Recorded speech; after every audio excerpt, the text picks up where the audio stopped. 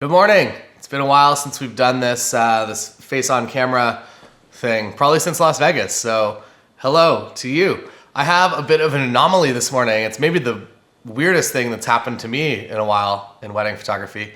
I have a 10 a.m. meeting with a couple, and that is not a thing that's happened, at least in my recent memory. I've been doing this close to like 15 years now, and I can't remember a single time that I've met a couple before noon. Usually it's evenings, weekends, and phone calls. And I would say that phone calls are like 75, 80% of my first meetings now. And then we meet at the engagement session if they're doing one, or we just meet on the wedding day.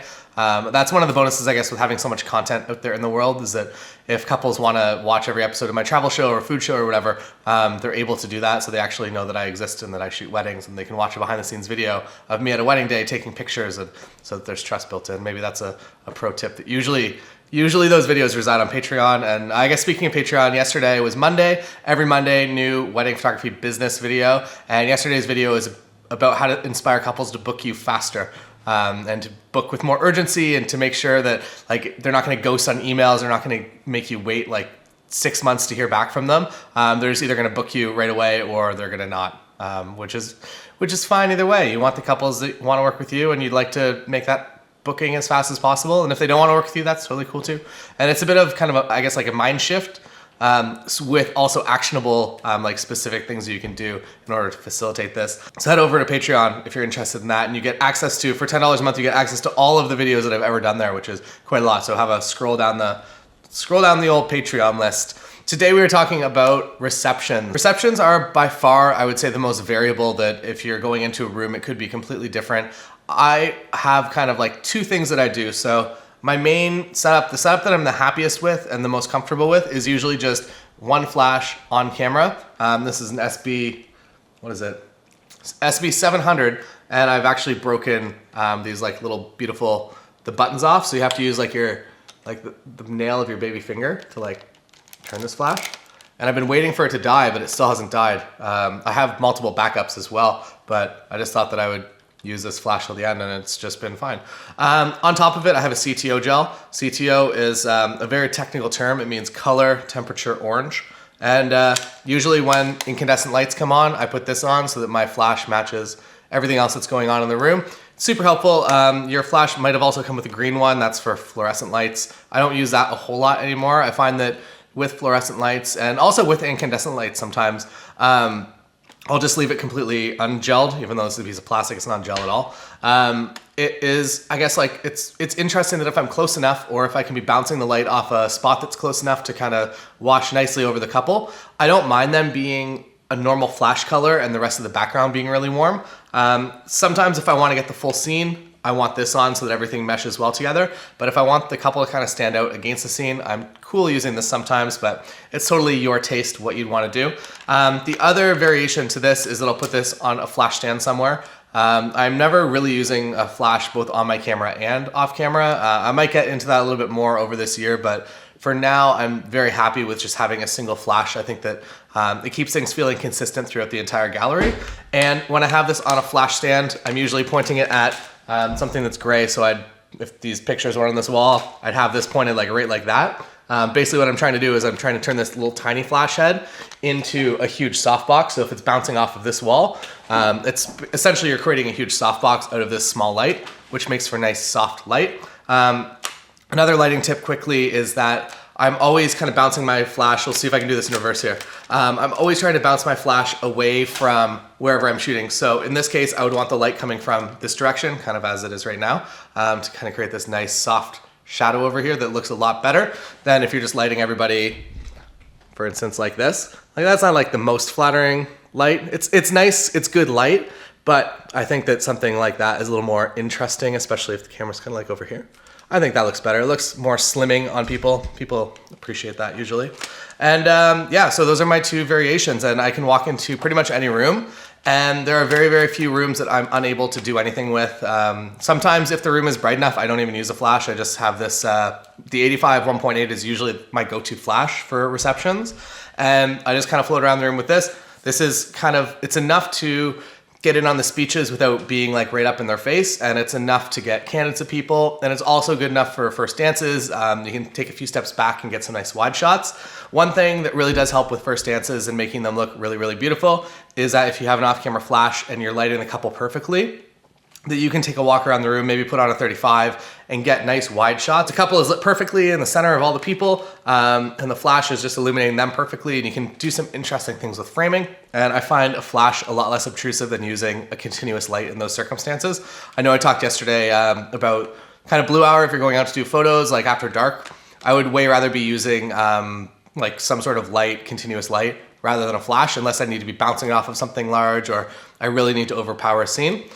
So continuous lights for that, flashes for reception, just because a little less obtrusive, unless you have a video team that's there that's already that's taking the obtrusiveness to a whole new level because they have to. But otherwise I'm using this flash.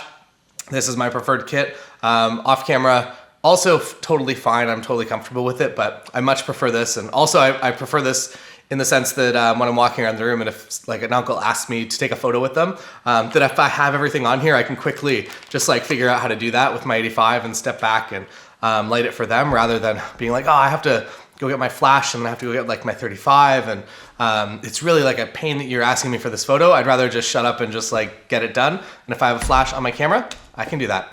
So now we're gonna get to some on-camera videos. You're going to see some introductions and some first dances, see how I handle them. But this is my favorite. I posted a video a couple months ago about how I do not like the 24-70 for receptions for wedding photography at all, really. If you are a newer wedding photographer, a 24-70 might save you in these circumstances, but I like to shoot with an 85 because those are the images that I really like to see and I like the look and feel of. And usually my second has something a lot wider, either a 24 or 35, so that they're kind of getting that coverage as well, so that if for whatever reason somebody's like just decides that they just want to run like right into the reception and my focus just can't track with them, or like I only get one frame out of the 6, usually my second has my back with a 35, or they're shooting video and like absolute worst case I could pull a still, I guess, from that. Not that I would want to, but it's never really a problem. I like to kind of shoot for the best shot possible in that circumstance because it is something that I'm pretty comfortable with. If you're shooting a 24-70, I feel like everything just kind of looks a little bit too in focus and you can see the detail on everyone's face. So like, for instance, in first dances, if the couple is like having a soft romantic moment and all of the other faces like 10 feet away from them are like nice and sharp and you can see everyone's face, it kind of pulls you away and it's a little too distracting. So I find that the shallower depth of field you can shoot with at a reception, the more background you can kind of eliminate. And usually there's somebody accidentally photobombing every photo, so it's nice to be able to just have them nice and out of focus, rather than just like being like, oh, this is a beautiful photo of the couple, but this dude in the background ruins it.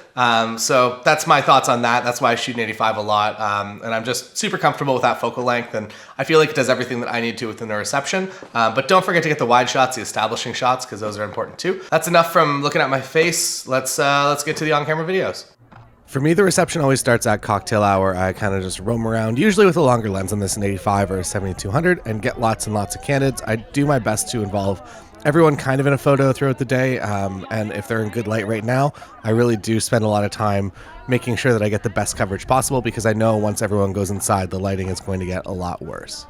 I think that is kind of my entire thing for the wedding day, is I just look for people that are in good light. If I can move them into good light, that's great. If not, I just kind of hang out in those spaces and wait for things to happen within that lighting space.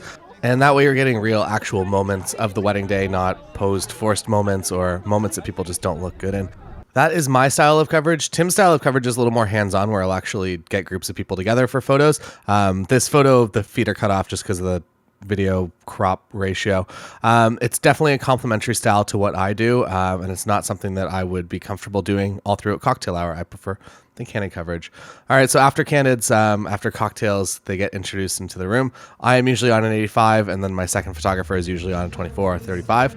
And then today I'm on a 58, and always, I think it's important to know actually where the couple is entering from, and that's something you can easily ask, because sometimes there's multiple doors, and the wedding party will come in through one door and then the couple will come in through another door. Today there's something special that they're coming up on the balcony, and this also isn't a balcony that they would typically use. It's actually closed, so very much a surprise, but I knew ahead of time, so it's all good. Into speeches, I would usually be using a flash. The video guy has set up, Pete has set up a continuous light, which is totally fine. And in this circumstance, it kind of actually works because otherwise everything's kind of lit the same. So it's kind of acting as a spotlight as well. Moving on to another wedding. This wedding specifically, the ceiling is all gray. There was one spot of white, so I had to put my off-camera flash pointed basically straight at that piece of white. Otherwise, unfortunately, I was going to get a lot of weird colors or maybe no color, no proper bounce off of the gray ceiling. And I have it out of the way so that I'm not blocking anybody, and I'm standing over here with my flash as well, just to kind of stay out of everyone's way while they're doing speeches rather than roaming around and being in between the people that are speaking and the rest of the guests. Moving into the first dances, whatever was working for the speeches, usually I just use that again for the first dances. I'm never setting up too many lights in this circumstance, and it's actually kind of challenging. This is maybe one of the more challenging places you can be, especially with those red lights in the band, but one single off-camera flash did some good there. One last first dance for today's video. Sometimes everyone just crowds around the dance floor and you're kind of just in the group of people. Today, everybody kept sitting, so I'm kind of up here alone, which is fine. I'm out of the way, and I'm actually kind of backed into the DJ booth there, so I don't look completely out of place. I'm not attracting too much attention.